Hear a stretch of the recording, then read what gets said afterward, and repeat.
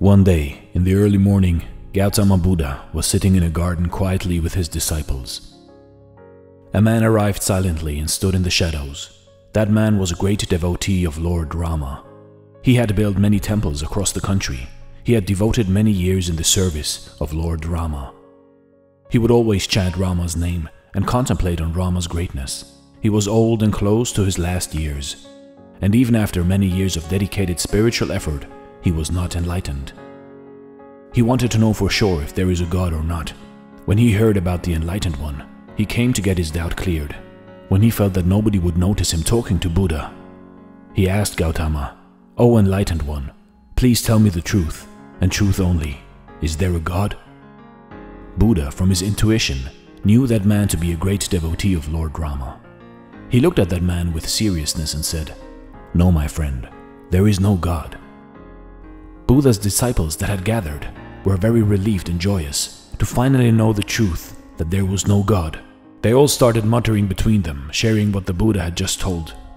Whenever a disciple had asked that question to Buddha, he would become silent, so they never knew. His words spread through the whole town. The whole town was celebrating the day on which the truth of no God was revealed by the enlightened one.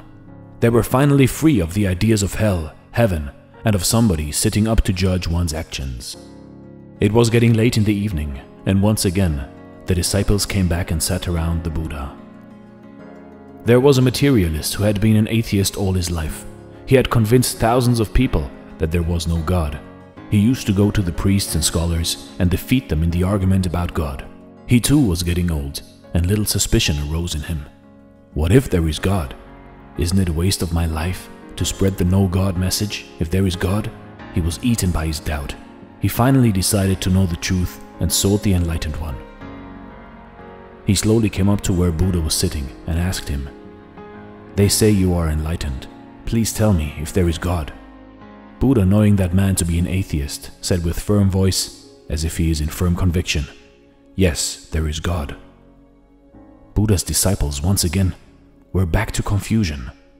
The word spread around town that there was no God, and so the whole town was confused. You see, in life, the belief that there is God or the belief that there is no God are both equally useless. One has to realize the truth in himself. If there is a God, is it a reason to behave better? If there is no God, is it a reason to behave worse in your life? No. So to realize oneself is to look inside of you and not looking for a truth that is somewhere out there in the universe. Because life is short and you can spend your whole life thinking about if there is God or no God. But here on earth, if you are good, you are good. If you are bad, you are bad. This is Dare to Do Motivation Stories. Thanks for watching and stay blessed.